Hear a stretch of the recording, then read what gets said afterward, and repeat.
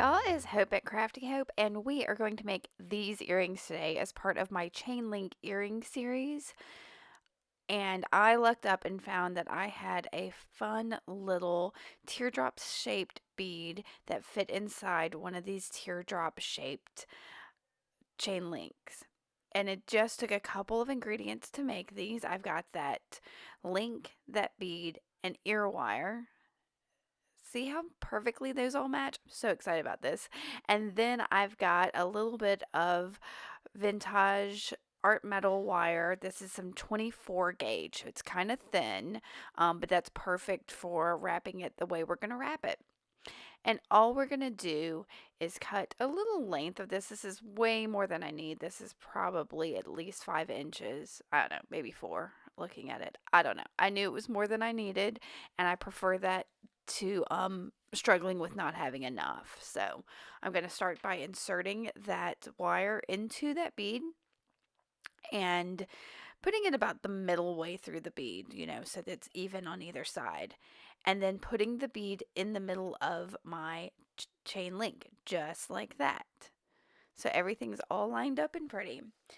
And then I'm going to hold that in place with one hand, and then the other hand, I am taking that wire and inserting the end of it through the back of that chain link so that the wire wraps around the link, and then I am pulling it tight, making sure it wraps around that link. And then I'm going to do it again and using a combination of pulling and pushing the wire because I don't want to stress the wire too much. I really want to just make sure that bead is secure wrapped inside that chain link. And I'm going to do the same thing over on the other side. So really just 2 quick wraps. So I'm inserting it and I'm trying to find where the most room I have is, which tends to be at the top of that point for this one. You may find with different shaped beads and links, it'll work a little differently. And so I'm going to do it one more time. And you see I've got all that extra wire. So I could have started with a little bit less, but that gave me a little bit extra to handle to pull the wire tight. So I'm going to fiddle with that just a little bit and make sure it's all lined up and hanging well.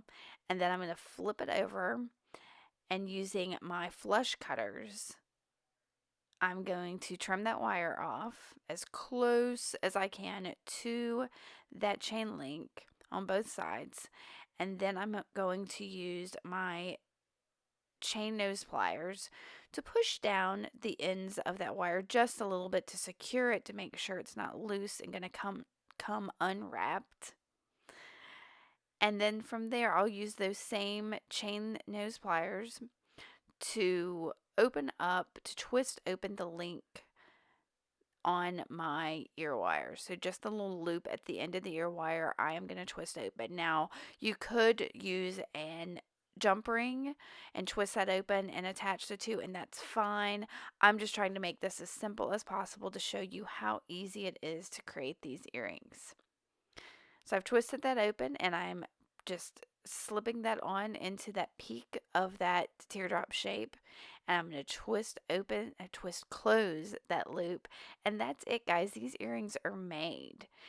All right, that is it for this, which is number 4 in this series. If you have any questions about this or any kind of jewelry questions at all, feel free to ask me below.